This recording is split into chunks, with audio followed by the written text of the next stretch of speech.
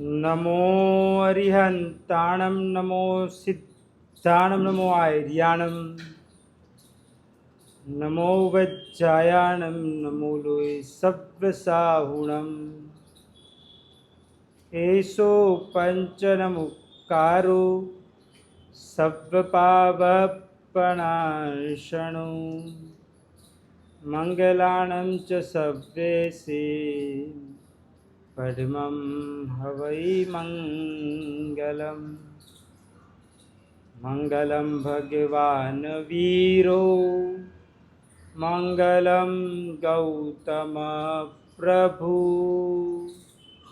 मङ्गलं स्थूलिभद्राद्या जैनधर्मो स्तु मङ्गलम्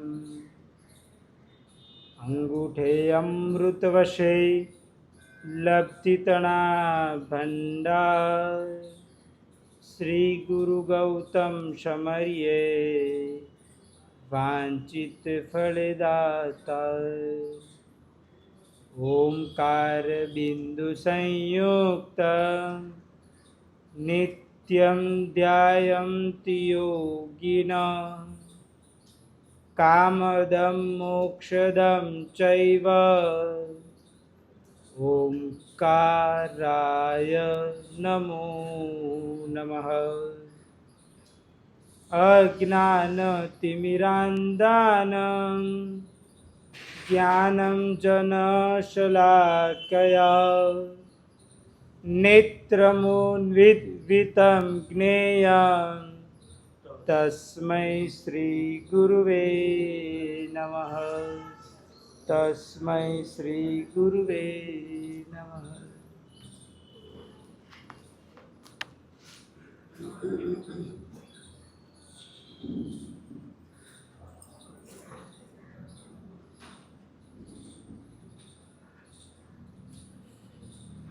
चत्तारि अंगुलाई पुरोणाई जत्थ पश्चिमाओ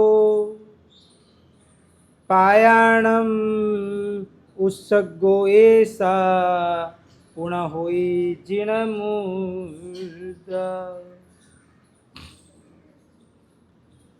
धर्म जिज्ञासु भाइयों ने बहनों,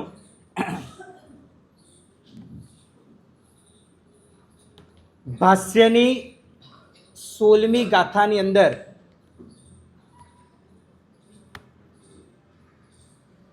કૌશગ માટેની સરસ મજાની મુદ્રા બતાવવામાં આવી છે. ભાગ્યશાળી શ્રાવક જીવનના 36 કર્તવ્ય અને તેમાંનું એક કર્તવ્ય એટલે 8મા નંબરનું કર્તવ્ય કૌશગ.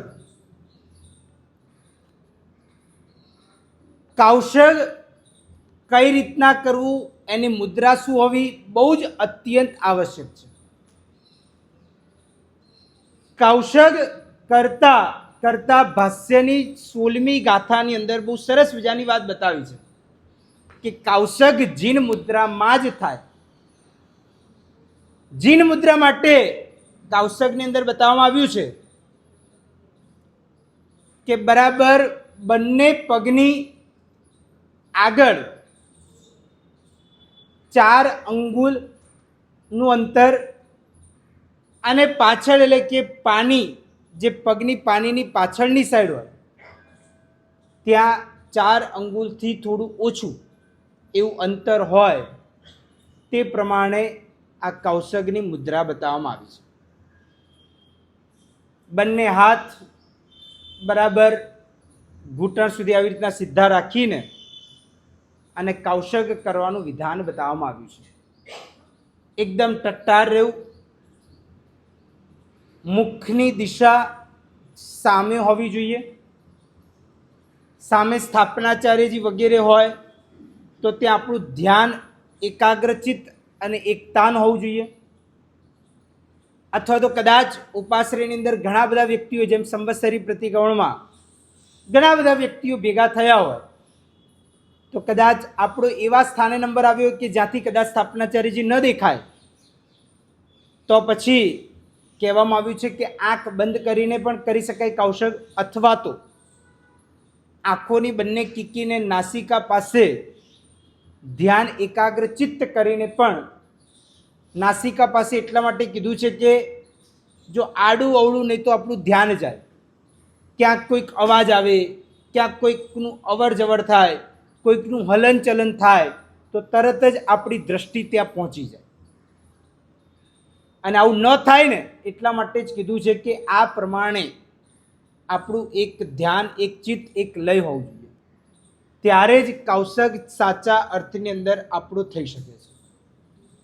ભાગ્યશાળી, ગઈકાલે આપણે વાત કરતા હતા કે કૌશકમાં મન એકાગ્ર બહુ જરૂરી છે. ધ્યાન આપણું હોવું અત્યંત જરૂરી છે.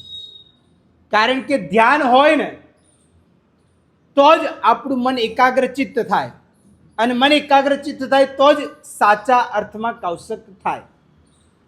તો એ સાચા અર્થમાં કૌશક બનાવવા માટે એટલે કે કરવા માટે મન એકાગ્ર ચિત્ત કરવું જરૂરી છે. ઘણા બધા વ્યક્તિઓને, લગભગ પ્રાય દરેક વ્યક્તિઓને આ પ્રશ્ન હોય છે કે મારા સાહેબ શું કરીએ, મન એક જ તાન એક ચિત્ત નથી થતું, એક જગ્યાએ ચોંટતું નથી, મન ચંચળ છે, અલગ અલગ અલગ અલગ જગ્યાએ પરિભ્રમણ કરે. ક્યાંક અવાજ આવે તો ત્યાં તરત જ આપણી દ્રષ્ટિ જાય, આપણા મનના વિચાર ત્યાં તરત જાય, આપણને વારે વારે વારે વારે અલગ અલગ અલગ અલગ જગ્યાએ વિચારો આવે અને ત્યાં આપણે પહોંચી જઈએ. ભલે ફિઝિકલ અહીંયા હોઈએ પણ મેન્ટલી કંઈક અલગ જ દુનિયાની અંદર આપણે ચાલ્યા જઈએ છીએ.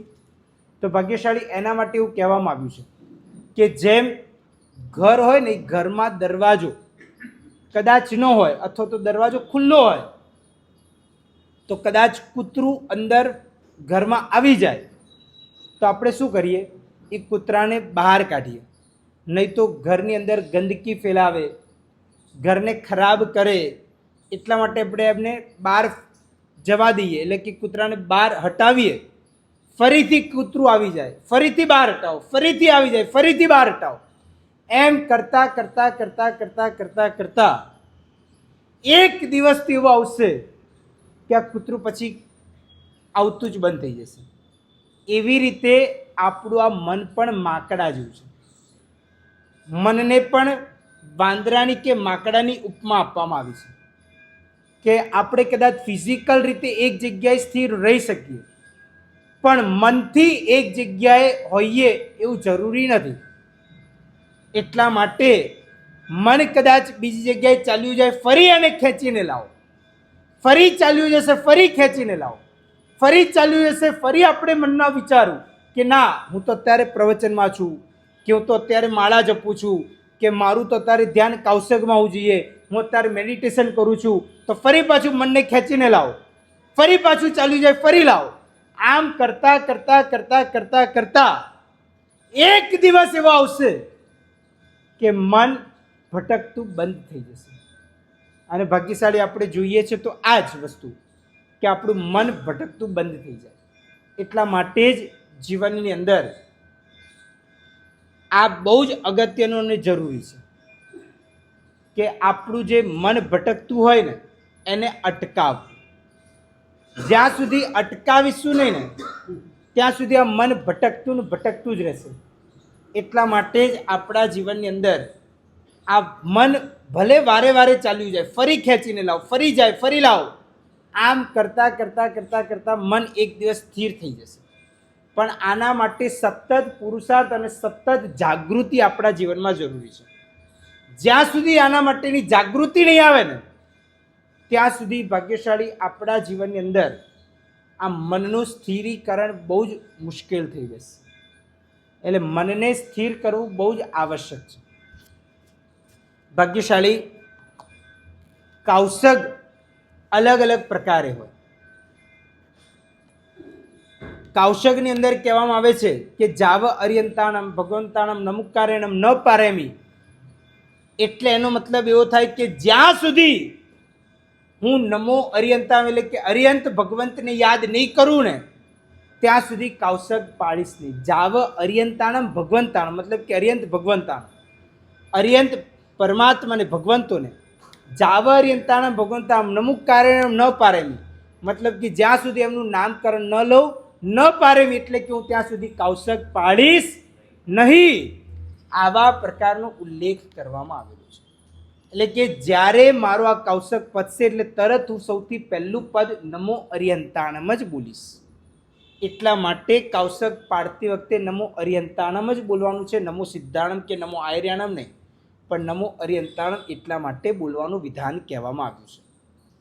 ભાગ્યશાળી કૌશક અલગ અલગ જાતના ને અલગ અલગ ભાતના હોય છે.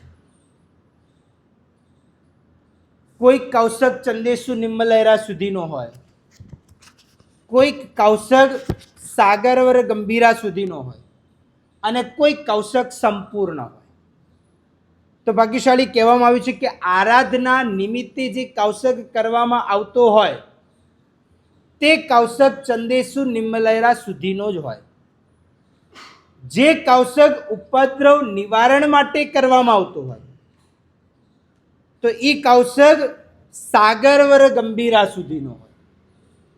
અને જે કૌશક શાંતિ માટે કરવામાં આવતો હોય, શાંતિ માટે, તુષ્ટિ માટે, પુષ્ટિ માટે, ગામની અંદર કોઈ ઉપદ્રવ આવ્યો હોય તો એનું નિવારણ કરવા માટે, ભૂત પ્રેત વ્યંતરનું ઉપદ્રવ હોય તો આખો સકલ સંઘ મળીને આ કૌશક ધ્યાન વગેરે કરે. આવા કોઈક શાંતિ, તુષ્ટિ, પુષ્ટિ માટેના જે કૌશક હોય ને તો તે કૌશક સંપૂર્ણ લુગ્ગસ સુધી બોલવાનું વિધાન બતાવવામાં આવ્યું છે. આવા 3 પ્રકારના અલગ અલગ કૌશક હોય લુગ્ગસની અંદર. કોઈ કૌશક ચંદેસુ નિમ્મલૈરા સુધી, કોઈ કૌશક સાગરવર ગંભીરા સુધી અને કોઈ કૌશક સંપૂર્ણ હોય. તો ભાગ્યશાળી આ પ્રકારે કૌશકનું વિધાન બતાવવામાં આવ્યું છે. કોઈક કૌશકની અંદર એવું પણ કહેવામાં આવે છે કે અભિગ્રહ પૂર્વકનું પણ કૌશક હોય. જેમ પચખાણ અભિગ્રહ પૂર્વકનું હોય ને એમ કૌશક પણ અભિગ્રહ પૂર્વકનું હોઈ શકે છે. એક વખત એવું બન્યું હતું, એક નગરની અંદર એક રાજા રાજ કરતા હતા. તે રાજાનું નામ હતું ચંદ્રવતંસક રાજા.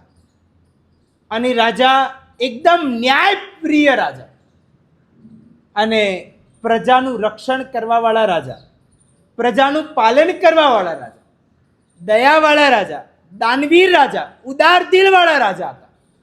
અને તે રાજાનું આખું સામ્રાજ્ય સરસ મજાનું ચાલી રહ્યું હતું. આ બધાની સાથે રાજાની અંદર ધર્મ કરવાના ગુણો પણ એમના જીવનમાં હતા, જે નાનપણથી ગળથુથુમાંથી મળ્યા હતા. કારણ કે નાનપણથી આ ધર્મ કરવાના જો સંસ્કાર મળે ને એ વ્યક્તિ મોટો થયા પછી પણ ધર્મ કરે.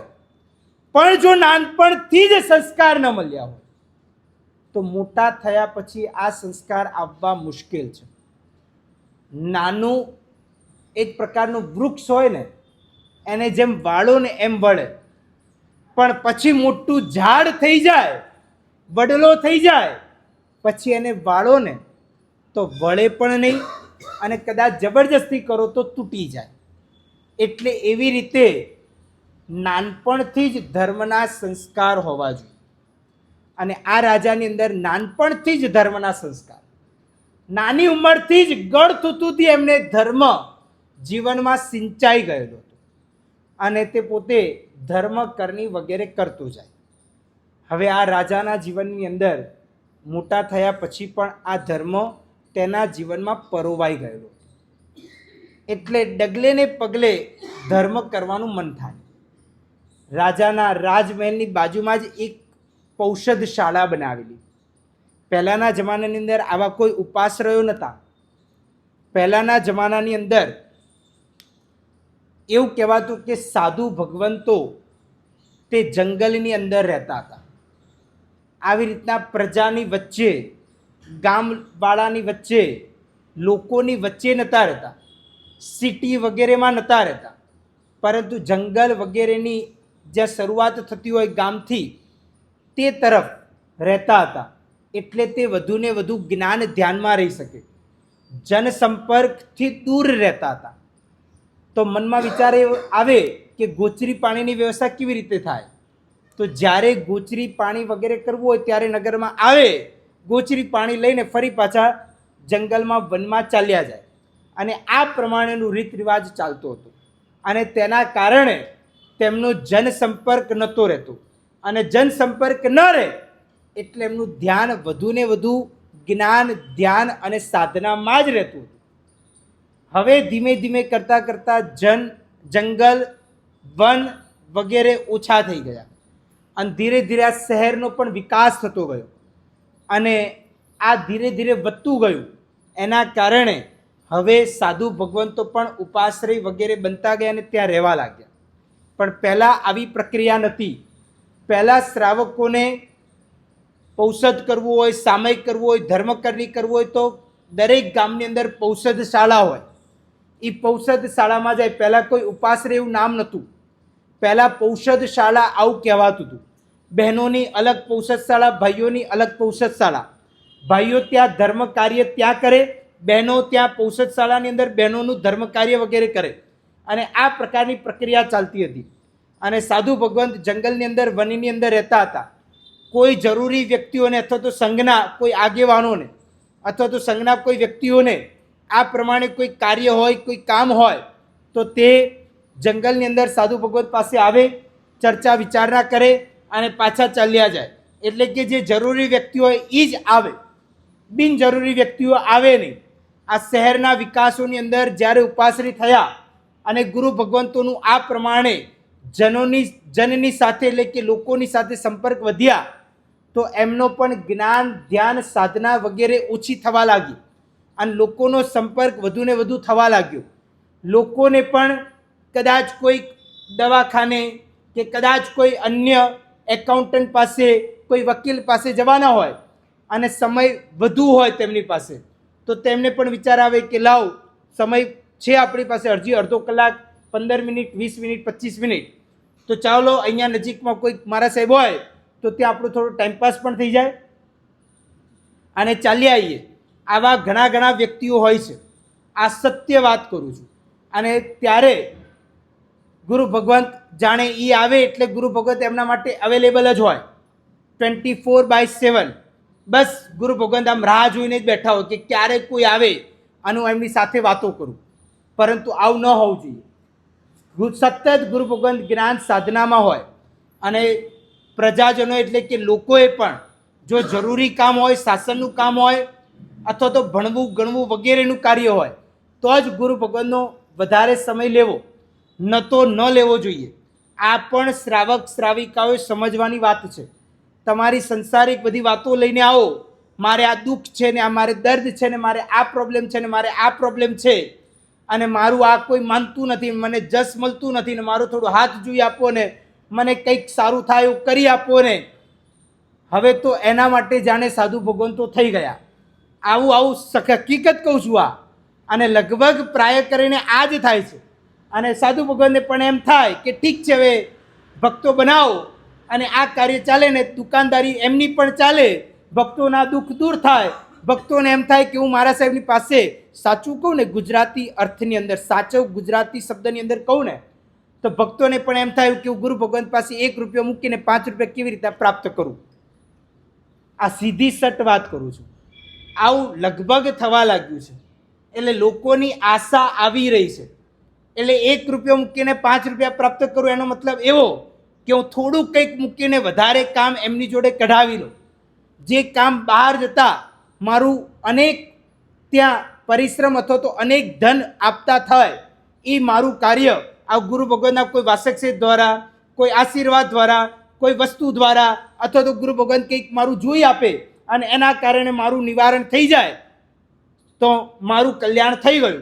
આવા પ્રકારના વિચારો દ્વારા પણ ઘણા શ્રાવક શ્રાવિકાઓ આવતા હોય છે અને આવી વસ્તુઓ બનતી હોય છે. એટલે પહેલાંના જમાનામાં સાધુ ભગવંતો જનરલી જંગલની અંદર, વનની અંદર જ રહેતા હતા. પરંતુ હવે વન અને જંગલ વગેરે નાશ પામવા લાગ્યા. એટલા માટે પછી ઉપાશ્રયની વ્યવસ્થા થઈ. પૌષધ શાળાઓ ધીરે ધીરે ચાલી ગઈ અને ઉપાશ્રય નામ થઈ ગયું. ધીરે ધીરે અત્યારે તો ઘણી જગ્યાએ સાઉથ વગેરેમાં જાઓ ને, ત્યાં તો ઉપાશ્રય નામ પણ હવે તો નથી રહ્યા. હવે તો તેને કહેવાય ભવન. એટલે કે જ્યાં ભવનની અંદર નાના મોટા સામાજિક પ્રસંગો પણ થાય ગુરુ ભગવંત ન હોય ત્યારે, અને ગુરુ ભગવંત આવે તો કદાચ સામયિક પૌષધ અથવા તો પ્રતિક્રમણ પણ થાય અને ગુરુ ભગવંત પણ રહી શકે અને આવા પ્રકારની વ્યવસ્થા એટલે કદાચ કોઈક સમાજના પ્રસંગો હોય તે પણ ઉપાશ્રયની અંદર થવા લાગ્યા. પણ એ ઉપાશ્રયનું નામ હવે ભવન રાખવામાં આવ્યું. આખી મોટી બિલ્ડિંગ બનાવી દેવી, એમાં એક માળ ઉપાશ્રય માટેનો, એક માળ સામાજિક કાર્ય માટેનો, એક માળ કદાચ કોઈ ભોજનશાળા વગેરે આંબેલશાળા રાખવું એના માટેનો, અને આવા પ્રકારે અને એની ઉપર કદાચ એકાદ બે માળ, કદાચ એક માળની અંદર 10-10, 15-15 રૂમો, એની ઉપર બીજી 10-15 રૂમો, અને આ પ્રમાણે એટલે કે સંઘને એક પ્રકારે આ રૂમો ભાડે પણ આપતા ઇન્કમ વગેરે થાય અને આ પ્રકારની પ્રક્રિયા શરૂ થઈ ગઈ. પણ પહેલાં આવા કોઈ પ્રકારના ભવન કે ઉપાશ્રય વગેરે નહોતા. આજના જમાનાની અંદર આ બધી જ પ્રક્રિયા ધીરે ધીરે શરૂ થઈ. પરંતુ ભાગ્યશાળી પહેલાં તો સાધુ ભગવંત વનની અંદર, જંગલની અંદર રહેતા હતા. હવે આ બાજુ એવું થયું કે આ બાજુ ચંદ્રવતનશક રાજાના ત્યાં પૌષદશાળા હતી. રાજા વિચારતો હતો કે ચાલો 14 વગેરે આવે તો આપણે પણ કંઈક ને કંઈક કદાચ પૌષદ ન લઈ શકીએ તો સાયંકાલ દરમિયાન એટલે કે સંધ્યાકાળ પૂરો થઈ ગયા પછી રાત્રિનો સમય હોય ત્યારે કોઈ રાજ્યનું કોઈ કાર્ય હોય નહીં, ત્યારે કોઈ રાજસભા એકઠિત થવાની ન હોય, કોઈ જરૂરી બધા કાર્ય લગભગ પૂરા થઈ ગયા હોય, તો સંસારિક કાર્યથી પણ નિવેડો આવી ગયો હોય તો આપણે એક કામ કરીએ, જ્ઞાન ધ્યાનમાં રહીએ, સાધનામાં રહીએ, સામાયિક વગેરે લઈએ, કૌશક વગેરે કરીએ અને આ પ્રમાણે તે પોતાનું કાર્ય કરે. અને ચંદ્રવતનશક રાજાએ 14ના દિવસે આ પ્રમાણે કૌશક ધ્યાનની અંદર સામાયિક લઈને કૌશક ધ્યાનની અંદર ઊભા રહ્યા, કૌશક ધ્યાન વગેરે કરવા લાગ્યા. પરંતુ તેઓએ એક અભિગ્રહ કર્યો હતો કે જ્યાં સુધી મારી સામે રહેલો આ દીપક છે, કારણ કે પૌષદશાળાની અંદર અંધારું હતું, લાઇટ વગેરે હતી નહીં તે જમાનાની અંદર, એટલે અંધારું હતું. ત્યાં દાસીએ એવું વિચાર્યું કે રાજન સામાયિક કરવા માટે ત્યાં જઈ રહ્યા છે તો મારી એક કર્તવ્ય બને છે કે મારે ત્યાં સામાન્ય એક અજવાળું થોડું ઘણું રહે એટલા માટે ત્યાં એક દીપક પ્રગટાવી દઉં. અને ત્યાં દીપક પ્રગટાવ્યો અને એની અંદર ઘી વગેરે યોગ્ય થોડું ઘણું વ્યવસ્થિત પૂરીને અને પોતે ચાલી ગઈ. પછી એક પ્રહર એટલે કે લગભગ 3 કલાક જેવું થયું અને ત્યારે આ પ્રમાણે પેલી દાસી આવે છે. દાસી જુએ છે કે હજી પણ રાજન આ કૌશક મુદ્રાની અંદર છે. રાજાએ ચિંતન કર્યું હતું કે આ જે દીપક છે એ બુઝાય નહીં ત્યાં સુધી કૌશક ધ્યાને રહીશ. અને દાસીને મનમાં થયું અને રાજાએ આ વાત દાસીને નથી કરી, કારણ કે અભિગ્રહ ગુપ્તપણે હોય, અભિગ્રહ કહેવાનો ન હોય, અને જો કહેવાય જાય તો એને અભિગ્રહ ન કહેવાય. એટલા માટે રાજાએ ગુપ્તપણે આ પ્રમાણે કૌશક ધ્યાનની અંદર ઊભા કૌશક ધ્યાનની અંદર રહ્યા અને આ પ્રમાણે પોતાના આત્મપ્રદેશની અંદર પોતાનું ધ્યાન એકાગ્રચિત્ત કરવા લાગ્યા. થોડી વાર પછી જોયું તો કૌશક ધ્યાને તો રાજા હતા, દાસીએ જોયું કે આમાં ઘી થોડું ઓછું થવા લાગ્યું છે, તો લાવ એક કામ કરું, થોડું ઘી લઈને આવીને અને એની અંદર ઘી નાખું. અને એમ કરીને ઘી નાખ્યું. પરંતુ આ રાજાનો તો કૌશક અભિગ્રહ એવો હતો કે જ્યાં સુધી આ દીપક બુઝાય નહીં ત્યાં સુધી કૌશક ધ્યાને રહેવું. એટલા માટે કૌશક ધ્યાન કન્ટિન્યુ આગળ વધ્યા. ફરી પાછો ત્રીજો પ્રહર આવ્યો અને આ પ્રમાણે દાસીને વિચાર આવ્યો કે લાવ ફરીથી જોઈ આવ. રાજા કૌશક ધ્યાન હતા, ફરી પાછું દીપકમાં ઘી હવે ઓછું થવા લાગ્યું છે, હવે એવું લાગે છે કે કદાચ બુઝાઈ જશે તો લાવ ફરી પાછું થોડું ઘી નાખું. અને એમ કરીને ઘી નાખ્યું અને આમ કરતાં આખી રાત્રિ દરમિયાન આ દીપક ચાલ્યો. અને એ દીપક ચાલતા રાજાએ પણ આખી રાત્રિ દરમિયાન કૌશક ધ્યાને રહ્યા. પછી દાસીને થયું કે હવે લગભગ સૂર્યોદય થવાની શરૂઆત થવા લાગી છે, અથવા તો સૂર્યોદયને સમય આવી ચૂક્યો છે, એટલે હવે કદાચ આ ઘી ઓછું હશે તો આ પણ ચાલી જશે. કારણ કે મેન તો ઉદ્દેશ એ જ હતો કે થોડો પ્રકાશ વગેરે રહે, આછો એવો પ્રકાશ રહે, એટલા માટે જ આ કરવાનું હતું. અને પછી દીપક બુઝાઈ ગયો સૂર્યોદય થતાં જેવો બુઝાઈ ગયો એટલે તરત જ તેઓએ કૌશક પાડી દીધો. તો ભાગ્યશાળી આ પ્રમાણેનો પણ કૌશક થાય છે. આ પ્રમાણેનો પહેલાંના જમાનાની અંદર લોકો આવા પ્રકારના પણ કૌશક કરતા હતા કે બસ કંઈક મનમાં ચિંતન કર્યું કે આ વસ્તુ થાય ત્યારે જ મારે કૌશક પાડવું. આવી રીતે ભાગ્યશાળી આપણને કદાચ ખ્યાલ હોય કે ન હોય, પરંતુ જ્યારે આપણા સંઘની પણ અથવા તો કોઈ પણ જિનાલયની જ્યારે સાલગીરા આવે છે અને સાલગીરા વખતે આપણે જૂની ધ્વજા ઉતારીને નવી ધ્વજા ચડાવીએ અને તે દિવસે એટલે કે જે દિવસે સાલગીરી હોય તે દિવસે બીજું અન્ય કોઈ પણ અનુષ્ઠાન નહીં, પરંતુ સ્પેશિયલી કમ્પલસરી 17 ભેદી પૂજા ભણાવવામાં આવે છે. અને 17 ભેદી પૂજા એ પણ કેવી રીતના બની, એની રચના કેવી રીતના થઈ, તો એની પાછળ પણ ક્યાંક ને ક્યાંક કૌશગ છુપાયેલો છે. એટલે કે કૌશગ નામનું આ કર્તવ્ય છુપાયેલું છે. એટલા માટે ભાગ્યશાળી એને પણ આપણે સમજવા જેવું છે. એક વખત એવું થયું, ગુજરાત રાજ્યની અંદર જ આવેલું કપડવંજ કરીને ગામ છે, કદાચ બધાને ખબર જ હશે. અને કપડવંજ ગામની અંદર તે જમાનાની અંદર એક ગુરુ ભગવંત જેમનું નામ ઉપાધ્યાય શકલચંદ્રજી મહારાજ સાહેબ કપડવંજની અંદર પધાર્યા હતા. અને કપડવંજની અંદર તેઓ રહ્યા હતા થોડાક દિવસો માટે. અને ત્યારે તે રોજ આ કૌશગની પ્રક્રિયા વગેરે કરે અને કૌશગ ધ્યાનની અંદર ઊભા રહીને તે પોતે ધ્યાનની અંદર એકાગ્રચિત્તપૂર્વક રહે. રોજ તેઓ આવી રીતના કૌશગ ધ્યાને રહે. કપડવંજની અંદર ઉપાસની અંદર ગુરુ ભગવંત બિરાજમાન હતા. નજીકની અંદર જ કોઈ કુંભાર વગેરે હતો અને ત્યાં કુંભાર ગધેડાની ઉપર બધો માલ સામાન લઈને સવારમાં પોરમાં નીકળે, એટલા માટે ગધેડાનો અવાજ આવે, હોંચી હોંચી આ ગધેડા કરે. એટલે આ ગુરુ ભગવંતે એક દિવસ વિચાર્યું કે બરાબર લગભગ સાંજનો સમય એટલે કે પ્રતિગમન વગેરે થઈ ગયું હતું. ત્યાર પછી તેમનો સ્વાધ્યાય વગેરે પણ પતી ગયો હતો. અને તેઓએ વિચાર્યું કે કામ કરું, આજે આખી રાત્રિ હું કૌશગ ધ્યાનમાં રહું. અને કૌશગ ધ્યાનની અંદર રહેવા માટે તેઓ અભિગ્રહ એવો કર્યો કે રોજ સવારે પહોરમાં લગભગ સૂર્યોદય પહેલાં કાં તો સૂર્યોદયના સમયે આ બાજુમાં નજીકમાં રહેલ જે કુંભાર છે અને એના ત્યાં આ ગધેડાઓ છે, એ ગધેડાનો સવારે હોંચી હોંચીનો શબ્દ આવે છે. એટલે એવો અભિગ્રહ કર્યો કે આ કુંભારના ત્યાં આ ગધેડાનો અવાજ હોંચી હોંચી આવે ત્યારે મારે કૌશગ પાડવું. અને આ પ્રમાણે તે રાત્રિ દરમિયાન કૌશગ લઈને ઊભા રહી ગયા. હવે તેઓએ અભિગ્રહ તો લીધો, પણ બનવા કાળે બન્યું હતું એવું કે ગુરુ ભગવતને ખબર નથી કે આગલા દિવસે સાંજે કુંભાર કોઈ કારણોસર અન્ય ગામમાં ગયો હતો, ત્યાં કોઈ કામ હતું અને આ ગધેડાને વગેરેને લઈને ત્યાં ગયો હતો. એક પણ ગધેડું રાખ્યું નહોતું, બધા ગધેડાને લઈને ચાલ્યો ગયો.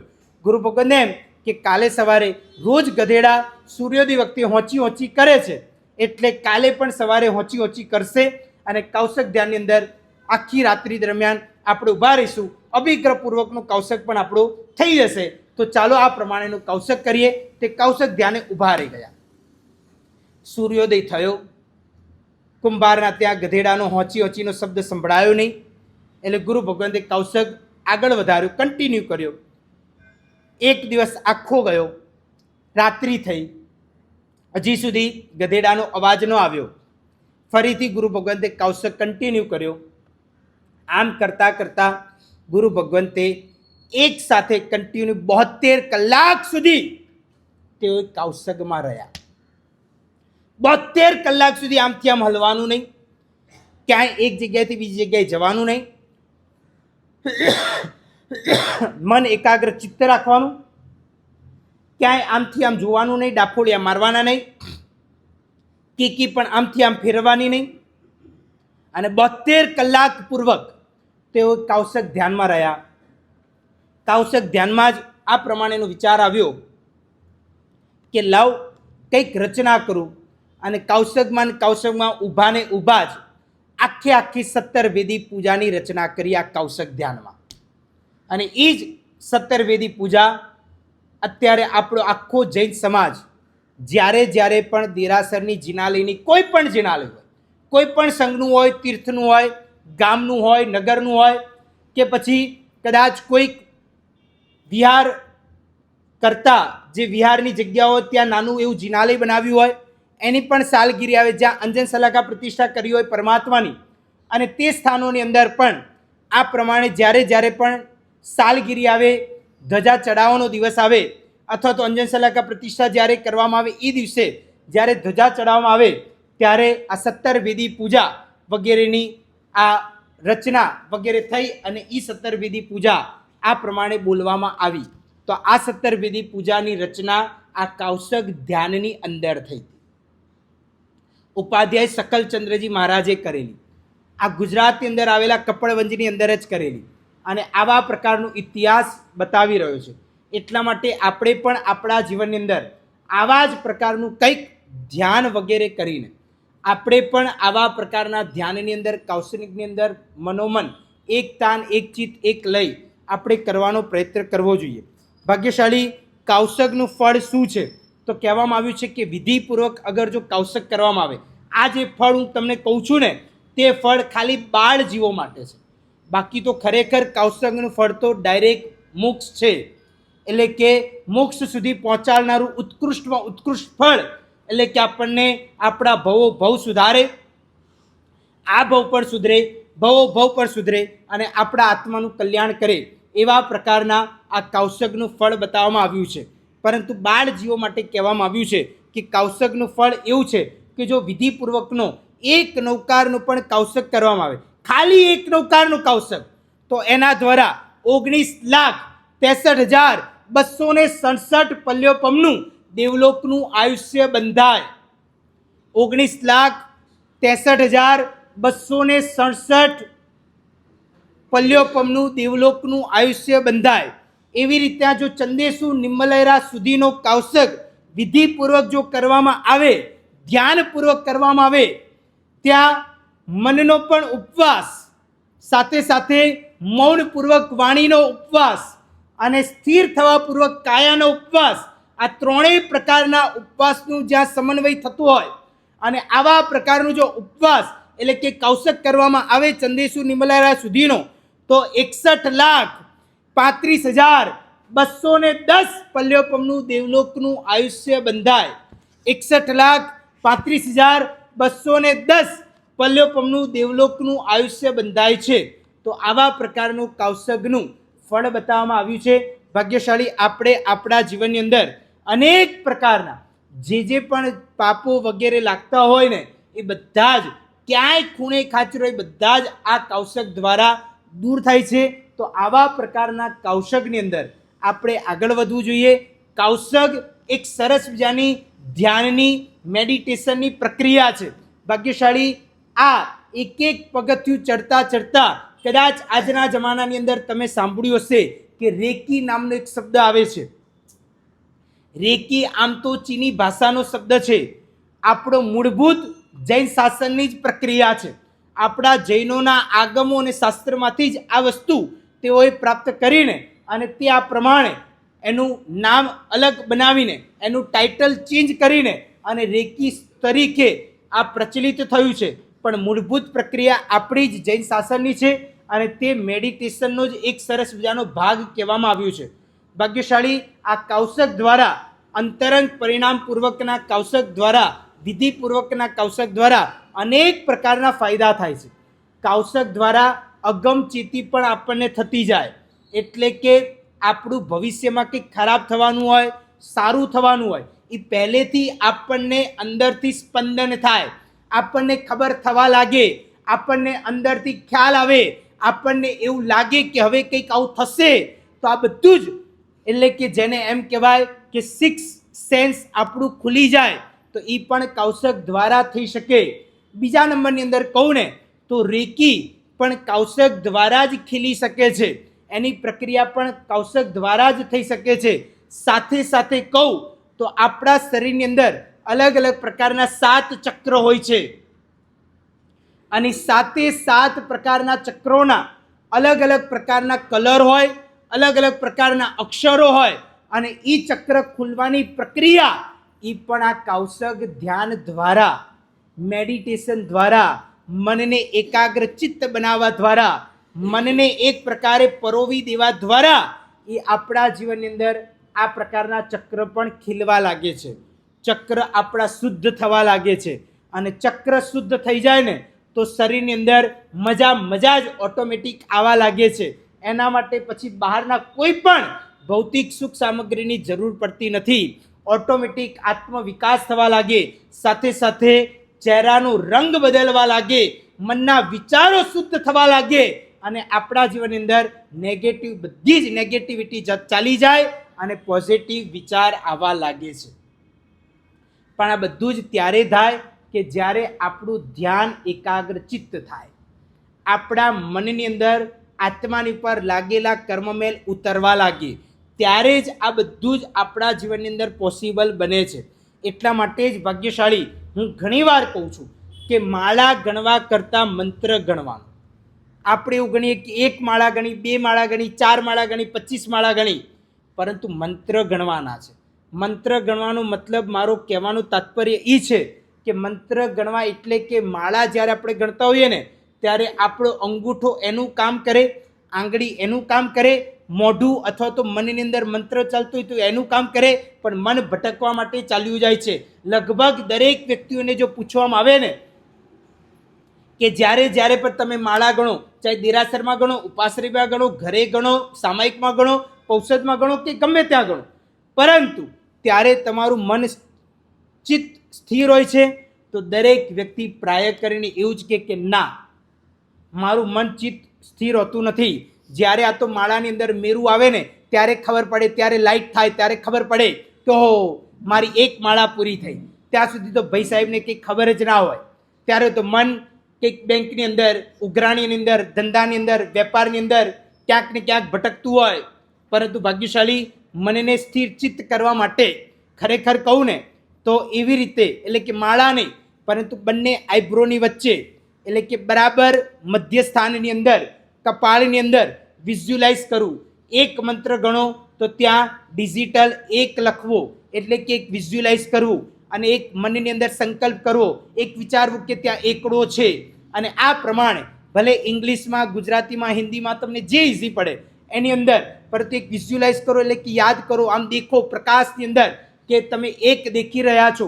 બીજો મંત્ર ગણો ત્યાં 2 નંબર, ત્રીજો ગણો તો ત્યાં 3 નંબર, ચોથો ગણો તો ત્યાં 4 નંબર. આવી રીતે જો ગણો ને તો 108 ગણો ને, ખરેખર કહું છું તમારું મન પ્રફુલ્લિત થઈ જશે. હું તો કહું 108 નહીં, ખાલી 27 પણ જો ધ્યાનપૂર્વકનું ગણો ને તો એકદમ મનની અંદર જાગૃતિ આવે, મનની અંદર એકદમ શુદ્ધિ થાય, આત્માની અંદરના કર્મોમેલ તૂટવા લાગે અને આપણનું મન એકદમ શુદ્ધ થઈ જાય, ચોખ્ખું થઈ જાય, ગમે તેવી નેગેટિવિટીઓ બધી જ ભાગી જાય અને આપણું મન પોઝિટિવ થવા લાગે. પોઝિટિવ વિચાર આવે, સકારાત્મક ઉર્જા આપણા જીવનમાં ઉદ્ભી થાય અને આપણને બધા જ સારા વિચાર આવવા લાગે. પણ આ બધી જ વસ્તુ ધ્યાનપૂર્વકની હોવી જોઈએ, મન એકાગ્રચિત્તપૂર્વકનું હોવી જોઈએ. કદાચ 4, 5, 6, 10, 15 એવી રીતના આવું ગણતા ગણતા ગણતા ગણતા અથવા તો વિઝ્યુલાઇઝ કરતા કરતા કદાચ 10, 12, 15 તમારું મન બહાર ભટકવા જશે ને તો મંત્ર ભલે અંદર બોલાતો હોય, પરંતુ અહીંયા જે નંબરિંગ હોય ને એ નંબરિંગ ચેન્જ નહીં થાય. એટલે કે તમારું મન અહીંયા હશે ને તો જ 14 નંબરનો 15 નંબર થશે ને 15નો 16 થશે. એટલા માટે જ્યારે બહાર મન ભટકવા ગયું હોય ને ત્યારે આ નંબર ચેન્જ નહીં થાય. એટલા માટે જ્યારે મન પાછું બહારથી આમ ખેંચીને અને અહીંયા લાવો ને ત્યારે તમે જોશો એટલે ખબર પડશે કે હો મેં તો માત્ર 14 જ ગણ્યા છે મંત્ર. તો ભલે હું બહાર ગયો તો એ મંત્ર કાઉન્ટ નહીં કરવાના, ફરી પાછું 15થી આગળ કરો અને એમ કરતાં કરતાં કરતાં કરતાં તમે આ શૃંખલાની અંદર આગળ વધશો ને. ખરેખર કહું છું, ભલે કદાચ તમે 2, 5, 25, 50, 100 માળા ગણી લો ને માળાપૂર્વકની અથવા તો કાઉન્ટિંગ મશીનવાળી, તો ભાગ્યશાળી એનો કોઈ મતલબ નહીં. જો 1 માળા પણ સ્થિર મનપૂર્વક ગણવામાં આવે ને તો 1 માળા પણ 100 માળાથી પણ વધારે કાર્ય કરી શકે. એટલું આપણું પુણ્ય ઉપાર્જન કરી શકે, એટલી આપણા જીવનની અંદર પોઝિટિવ એનર્જી ઊભી કરી શકે. પરંતુ ભાગ્યશાળી એના માટે આપણા મનને શુદ્ધ કરવું, ચોખ્ખું કરવું, મનના વિચારોને સુધારવા અને સાથે સાથે કોઈનું ખોટું કરવું નહીં, કોઈનું ખોટું વિચારવું નહીં. ભલે કોઈ ગમે તેટલું આપણું ખોટું વિચારે કે ખોટું કરે, પણ એના પ્રત્યે પણ આપણા જીવનની અંદર સારા વિચાર આવવા બહુ જ અગત્યનું અને મહત્વપૂર્ણ કાર્ય છે. ત્યારે આપણું મન પણ સ્થિર થાય. કારણ કે કોઈના પર પ્રત્યે આંટી ગુટી હશે ને, કોઈના પર પ્રત્યે આપણને વેરઝેરના ભાવ હશે ને તો આપણું મન વારે વારે ત્યાં જશે કે આ મારું આવું બગાડ્યું, હું એને છોડીશ નહીં, હું એનું આમ કરીશ, એ મારું ખોટું કર્યું, મને બધાની વચ્ચે કીધું, મારું ખરાબ કર્યું, મારું નુકસાન કર્યું, હું એને છોડવાનો નહીં. તો આ બધી જ ભાવના વારે વારે વિચારોની અંદર આવ્યા કરશે. પરંતુ એના કરતાં એમ વિચારવું કે સૌનું ભાવિ, સૌની સાથે બરાબર, ભેંસના શિંગડા ભેંસને ભારે. આપણે શું ભાગ્યશાળી, કંઈ વાંધો નહીં, જેને ખોટું કરવું તે કર્યું, જેને ખોટું વિચારવું એ વિચારે, પણ આપણે તો બધાનું સારું વિચારવું. ભાગ્યશાળી, જો આવા સારા વિચાર, પોઝિટિવ વિચાર લાવશો ને તો બીજાનું તો સારું થતા થશે, પણ સૌથી પહેલાં સારું તમારું થશે. એટલા માટે જ જીવનની અંદર મન સ્થિર રાખીને, સ્થિર વિચારો રાખીને, સારું સોચીને અને બસ આત્માનું કલ્યાણ કરવા જેવું છે. તો ભાગ્યશાળી, આ જ પ્રમાણે કાૌશક ધ્યાનને આપણા જીવનની અંદર ઉતારીને આપણા આત્માની ઉપર લાગેલા જે પણ ચિક્કાર કર્મ મેલ છે એ બધાને ધોઈને અને આપણે આપણા આત્માનું કલ્યાણ કરીએ. એ જ શુભ અભિલાષા. વિતરાગની આજ્ઞા વિરુદ્ધ કંઈ પણ બોલાવો તો ઈચ્છા.